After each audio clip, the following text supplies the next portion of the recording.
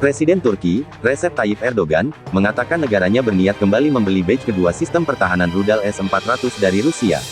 Langkah itu disebut berpotensi memicu sanksi baru dari Amerika Serikat.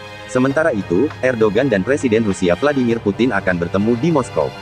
Mereka dilaporkan akan membahas berbagai isu termasuk kekerasan di barat laut Suriah. Langkah Turki disebut dapat menciptakan keretakan yang lebih dalam dengan Amerika Serikat, selaku sekutu Pakta Pertahanan Atlantik Utara, NATO, dan memicu sanksi baru. Turki merupakan salah satu anggota NATO. Amerika Serikat sejauh ini memberlakukan sanksi terhadap pimpinan Direktorat Industri Pertahanan Turki, Ismail Demir, dan 3 karyawan lainnya. Sanksi diberlakukan usai Turki membeli batch pertama S-400. Pembicaraan antara Turki dan Rusia terus berlanjut mengenai pengiriman sistem rudal gelombang kedua, yang disebut Amerika Serikat akan memicu sanksi baru.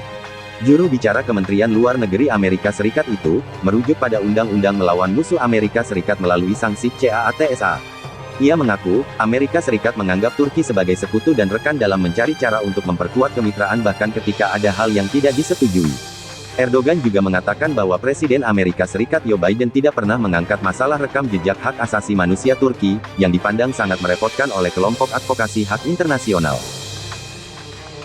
Ia mengaku tak ada bahasan dari Presiden Amerika Serikat, Joe Biden, soal hak asasi manusia bahkan saat bertemu di sela-sela konferensi tingkat tinggi atau KTT NATO di Brussels. Turki merupakan salah satu negara yang kerap memenjarakan jurnalis.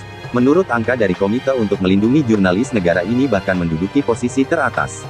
Sementara Human Rights Watch mengatakan pemerintahan Erdogan telah mengesahkan undang-undang yang bertentangan dengan kewajiban hak asasi manusia internasional.